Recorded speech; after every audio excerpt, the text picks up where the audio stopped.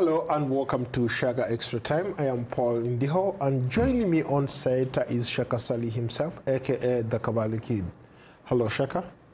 I am hugely terrific, Paul. How are you? I'm doing well. I'm doing well. Thank you for asking. Well, it's good that, of course, we link up again this Tuesday. A warm welcome to you all our Facebook followers watching us live here in Washington. Shaka Extra Time is a place where you get to talk to Shaka himself and ask some questions. Today we are going to have a lively discussion, and maybe let's start in China. Shaka, this is not the first time that all African leaders are headed to Beijing for their, maybe I should call it annual summit, what has become like an annual summit of sorts, to go and pay homage to the Chinese president, who, by the way, made good on his promise, $60 billion in addition to what China is already doing in Africa. Your thoughts? Does that, by the way, include also the king, the absolute monarch of Swaziland? Because the last time I checked, he seems to be doing business with Taiwan. Incredible. That was fascinating in a sense that he's the only, almost the only person who didn't show up for that Beijing conference. Very interesting. Of course, China is doing a lot of things in Africa. You and I have seen some of these things, as a matter of fact. We saw some of these things on hand in the Democratic Republic of Congo. We saw some of these things in the Republic of Zambia. You remember the Dr. Kenneth Kaunda International Airport. It's under enormous renovation and expansion, and you name it. We saw some of these things in Zimbabwe. We also, I also saw some of these things manifested in Malawi. So there is no question when you look at the fact that you also had a privilege of being a beneficiary of Chinese, marvelous engineering in Kenya when you rode, this marvelous train from Mombasa to Nairobi, and you told me it was an incredible piece of technology. It was obviously technologically on the cutting edge. It was very comfortable and what have you. But earlier today, there was someone else who apparently also passed through that particular experience from Mombasa to Nairobi, and you can't believe what he was saying. It was almost the reverse of what you were sharing with us. What's happening? This guy says the train, in fact, is not comfortable. And it's not as fast as you think it is. In fact, it almost takes the same time from Nairobi, from Mombasa to Nairobi, almost takes the same time with the truck. Truck takes 7 hours. No, that's not true. Truck 7 hours, and that this one takes 6 hours. No, that's not true. That's not true. Maybe they have a very different version of their own facts. Are you talking about alternative facts? I think so. Do those exist? Yeah, because at least I can attest to the fact that I rode on that train 2 times. And at no time, unless if they had an accident maybe on the road, at no time no, he said did that, it take 7 hours from Mombasa to Nairobi. No, he said 6 hours. And part of the problem, he says, probably is they stop on 6 different stations. Okay, so there he's correct. If everything happens on time, it takes about 5.5 hours from Mombasa to Nairobi. That's the train that goes through the counties. That makes different stops. But if you take the express train, it's under 5 hours. He also says that a lot of Kenyans really are mad about that, by the way, because Kenyans, in fact, don't seem to really have ownership of the project, because most of the jobs are in fact done by Chinese. True, they have a point there, but the facts are, first of all, this was a huge infrastructure development. Kenya borrowed almost $3.8 billion to boot. And how is it going to pay for it? Well, it's a long-term process. Shaka, maybe I can make an argument here. I think all countries borrow. There is no country that can grow without borrowing. Even businesses, a simple business, you can't grow if you can't borrow money. You are right, but you do not borrow recklessly, because in fact there is an article, there's an argument that actually Africa is in huge trouble. especially because of the manner in which it has actually borrowed money from China. You have a point there, but again, I want to go back to this same argument. The United States of America borrows money from China. Right now, United States borrows more money than any other continent or any other country combined from China. The issue is not about borrowings. The issue is whether, in fact, you are borrowing simply because you are living beyond your capacity. That's not true. I mean, I think as African countries' economies continue to grow, they are going to need all this infrastructure development. That's one of the reasons they are borrowing money. A lot of, yes, true, some countries will incur debt that they can't pay off over a long term. It will take years, for example, for a country like Kenya that even has a great economy to pay off some of those debts. But eventually, long-term goals, these infrastructure projects create employment for the local people. For example, the Kenyan... If in fact they create employment. Absolutely, absolutely. There's no question about it. If in fact you put that money to good use, not everywhere that seems to be the case.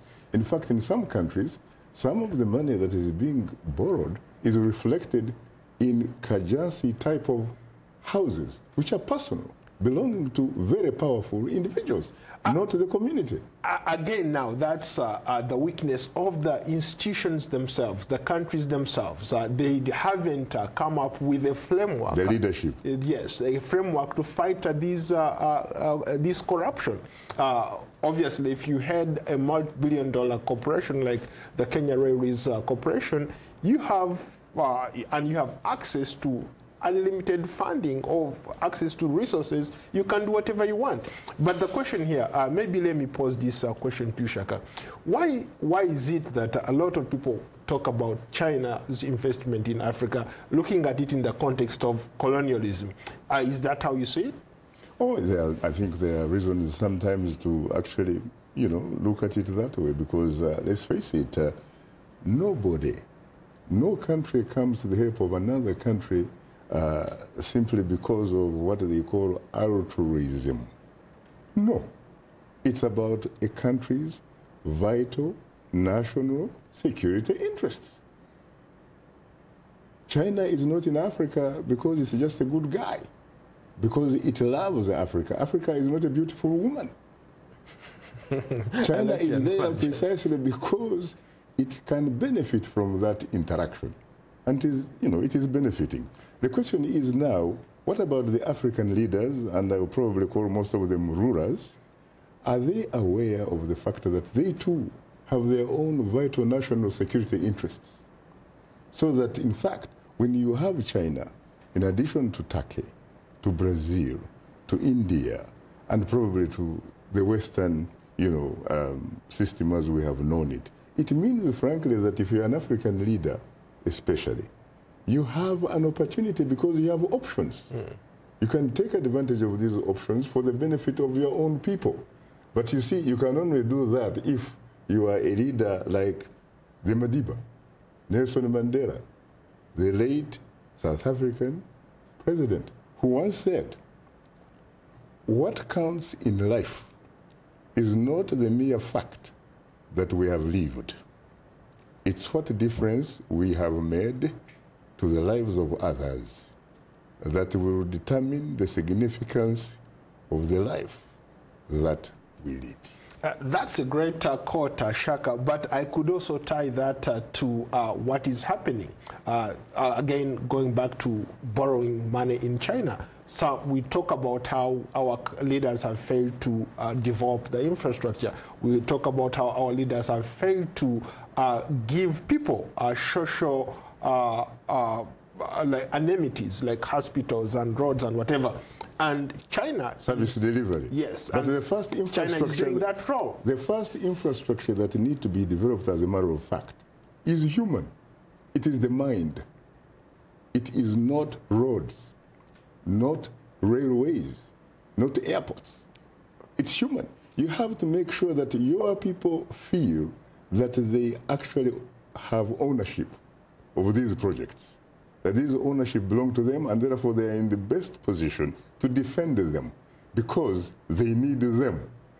But Shaka, again, there is no shortage of human capital on the continent. For the first time ever, we have more educated young people on the continent.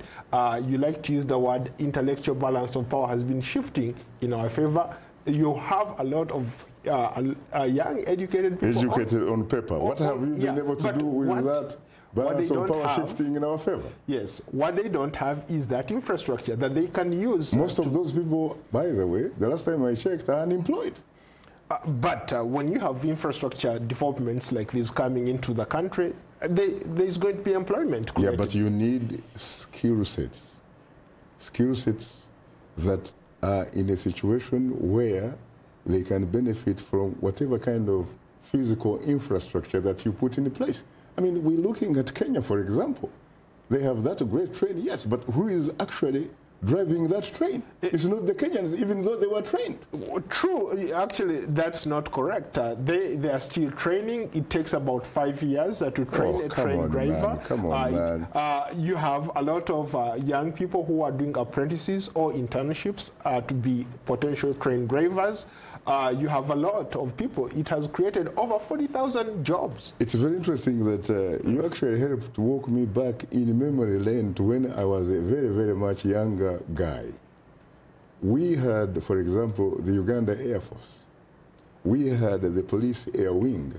And guess who were actually piloting the police air wing helicopters? They were Europeans. And what was the argument? That Africans cannot fly a helicopter. I was in Burundi at one time, and Burundi had engineers, lawyers, doctors, and what have you. But my friend, they had an army that was called a Tutsi mono-ethnic army. And the reason is very simple. When I asked them why did they have diversity, because they invited me to the officers' mess, there was not a single Hutu. There was not a single, you can't believe this. There was not a single Muganwa. The elite, there was just Tutsi in the officers' mess. When I asked her, I said, can you produce for me 1, 2, 3, at least non-Tutsi? They just looked at me and laughed. I said, why don't you have army officers from these communities? And I was told, sincerely, without a shame, that these guys could not pass the aptitude in order to join the military academy. But these guys could actually be engineers, they could be doctors, they could be lawyers, but they could not be army officers. Interesting. Let's go to our social media comments. Let's start with Rith Tang. African leaders must stop looking for money somewhere else. There is more money right here in Africa. After all, this money is going to end up in the pockets of individuals. Your thoughts? I think what Africa, I think I somewhat agree with what he's saying, because let's face it, Africa, nobody can ever tell you sincerely, even if you are blind, that Africa is poor. Africa, on the contrary, is very rich in terms of resources. But unfortunately, Africans are poor, probably the poorest on this planet Earth. Why? Because of the leadership deficit. Because you have rulers, sincerely, who have not been able to figure out a way of managing the economy, managing Africa's wealth, and making sure that whatever theory they come up with developing, it is for the benefit of the daughters and sons, uncles and aunts of the African continent. And so they go on actually begging around the world. But guess what? Whoever, they say that whoever pays the, pays the piper. Calls the tune. Calls the tune. Well, let's segue. For that, maybe we can segue to a different topic. Let's go to Uganda now. But before we do that, let me remind our audience that you are watching Shaka Extra Time here at the Voice of America, a show that comes to you live every Tuesday. And for those following us, we are reading your comments right now. Let's go back now to Uganda. Let's talk about the Bobi Wine factor. Bobi Wine, it's been a couple weeks now. He's still making headlines in Uganda. For the first time, he talked to the audience while here in a U.S. hospital. He communicated back to his people, talking about how, telling his side of the story. I'm sure you've had an opportunity to look through what he said. Your thoughts? You know, I have to be very honest with you, Paul, that when I read that articulate, remarkably articulate communication from Bobby Wine. Mind you, I have not been able to, to kind of like verify, to cross-check and verify whether or not, in fact, that was authentically a letter or a communication from Bobby Wine, even though I have been told reliably by some people who are very closest to him that that was indeed him. But as an independent journalist, what I need to do is to be able to verify that that is indeed from Bobby Wine. If in fact it is, and even if half of it is true, I hate to tell you this, Paul. I used to be in the Ugandan army. I was a paratrooper, among other things. Are you a deserter? You deserted? Well, whatever you may want to call it, at least I was able to separate from them and ended up, here under the political tall grass, and eventually worked my way to the extent and to the point that I have the opportunity, for example, to be able to sit with you here and breathe the same air and interact globally with the people who are interested in listening to some of the things that we actually do. It was not a particularly good experience under Idi Amin. And I was told that under Obote too, it was equally not a particularly good experience. I cannot talk about that because I never actually had an opportunity to live under Obote II type of experience. I was in the United States, going through universities and what have you. But given what I have been told, including, of course, you being one of those people who lived under Obote II, when I compare these two regimes or juntas or whatever, Idi Amin and Obote, and then look at the Yoweri Museveni regime, I hate to tell you this. If even half of what Bobby Wine he has alleged in that particular communication document, then I have to tell you that I agree with some who will say that the current government really is like the Idi Amin government and Obote II rolled into one. But Shaka, are you surprised by those allegations? If they were true, you've seen what they have done to the other opposition leaders. For example, Kizza Besigye, the way they manhandled him and beat him up all the time. To be very honest with you, I have to say that I agree with a guy called, for example, Alex Haley, the author of the best-selling book, Roots, and also an author, by the way, of the autobiography of a great man, Malcolm X, who once said, find something good in someone and praise it. So you can't say, for example, that for the last 32 years, Museveni has been in power. He has not done some good things. He has done some good things. But I think that when you actually put him on balance right now, he's increasingly looking like someone who probably has done very few good things. In fact, if I were him, to tell you the truth, I would figure out a way of exiting State House, passing on the baton to the younger generation, really, because his future is behind him. Anything that he has ever done good and whatever is probably behind him, to the extent that if he now continues to do some of these things that we are seeing in newspapers, in media and what have you, there are very few people who will even remember those few good things. But there is a school of thought there that argues that President Museveni has done a remarkable job. He has brought stability in the country. He has grown the economy. What do you mean by stability? You mean what they call Baganda, people are able to sleep and go get on with their business, except for the recent months where they've had insecurities. But a lot of people credit President Yoweri Museveni for doing that. And he's hugely popular when you go to the rural areas. isn't that... Which particular rural area? All over the country. That's why he's been... Can you prove it? I don't have any evidence to prove that, but I'm saying what... Have you ever seen him in any rural area working there independently without many security people, without bulletproof, vehicles and all that kind of stuff? I mean, if you are liked by your people, sincerely, then why do you have to protect yourself against them? They are not enemies. The last time I checked, these are your people. So you have to understand that the state, and I mean any state, is very powerful. It controls very, very important institutions, including the institutions of propaganda, including the institutions of the media. And so they can portray a very good image, a good picture. They can say whatever they want, especially because in the context of Uganda, sincerely, which is democratically challenged, his voice, or the voice of Ugandan authorities, is the last word. How about, maybe let me go to a comment from Mohammed Ahmed Mansour. How do you feel about the disorderly conduct of the Ugandan police and the Ugandan military towards opposition members in Uganda?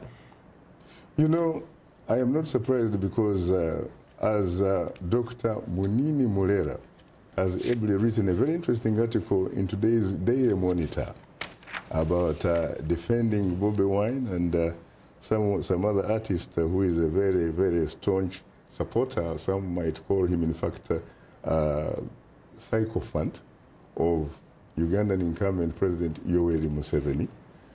This is a guy who is on record saying that his friend, his colleague, artist, Bobi Wine, probably does not really have those types of wounds that he claims to have, that he is faking it. I don't know whether he's a doctor, whether he's a nurse, but that's what he has said for the record, and he has really run into a lot of problems. I don't doubt for a second that Museveni is probably a good man. And Museveni has done good things to a lot of people. There's no question about it. But then there is also another issue of Museveni. As a matter of fact, a university schoolmate of Yoweri Museveni at what was called the University College Dar es Salaam, which was part of then the University of East Africa, called Generali Urimwengu, who happens to be a lawyer to boot, and also an acquaintance of mine in the sense that whenever I actually go to Dar es Salaam, I find some time to link up with him so that we can exchange some social amenities. He wrote a very interesting article in the East African, and he said, if you look at the Yoweri Museveni of 1986, the revolutionary Yoweri Museveni, with the Yoweri Museveni beginning with like 2001 up to today, that these two individuals would actually have to fight.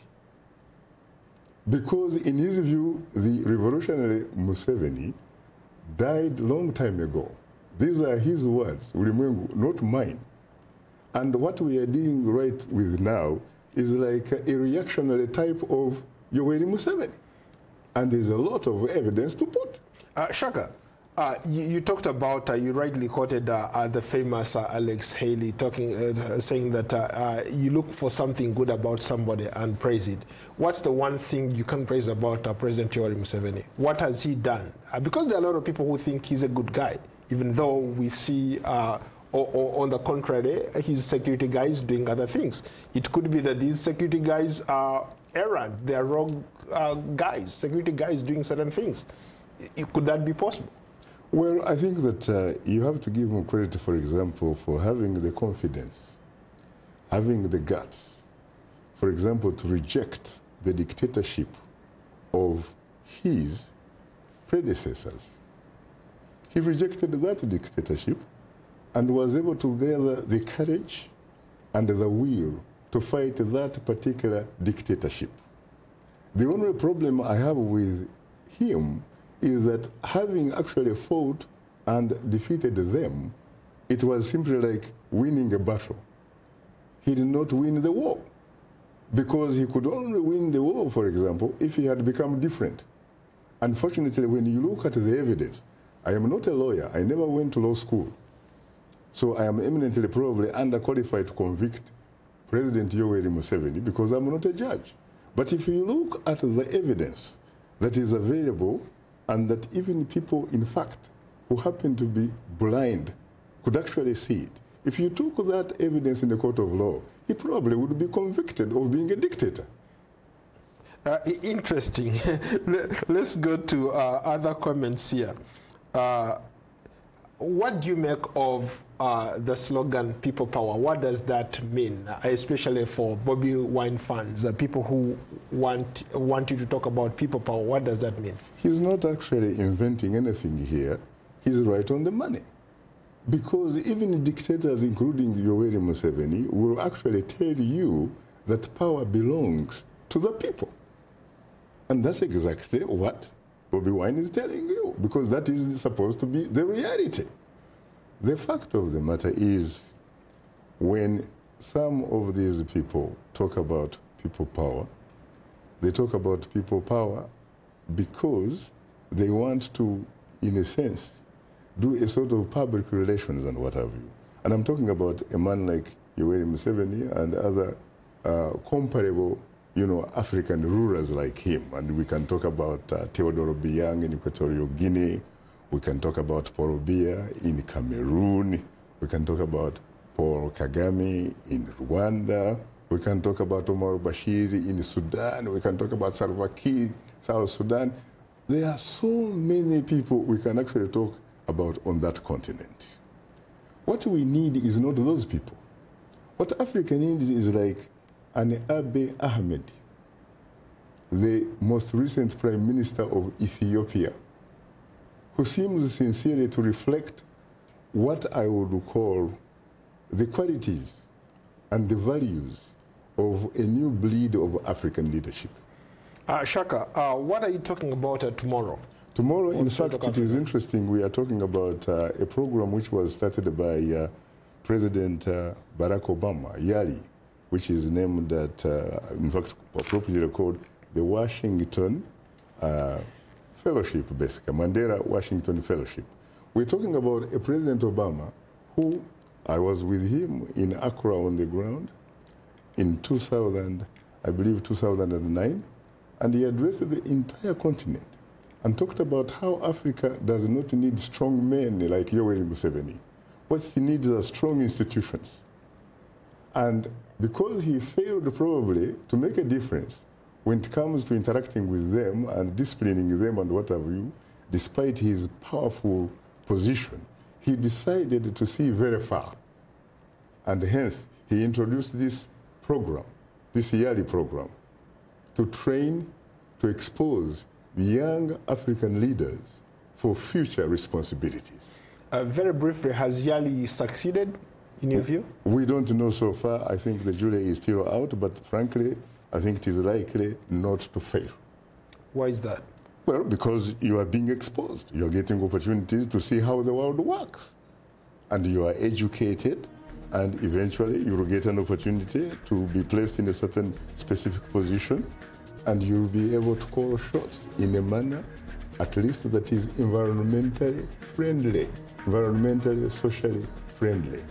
We do not need people who tell you they are fighting to restore democracy. And in fact, what they restore is more of the same. Because democracy, the last time I checked, Shaka, unfortunately, we have to end our discussion here. It's been a lively discussion. I look forward to hosting you on another edition of Shaka Extra Time. Until then, so long from Washington.